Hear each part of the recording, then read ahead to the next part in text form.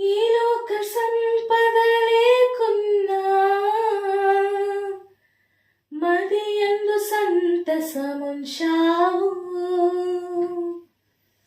మనుషుల సాయము రాకున్నా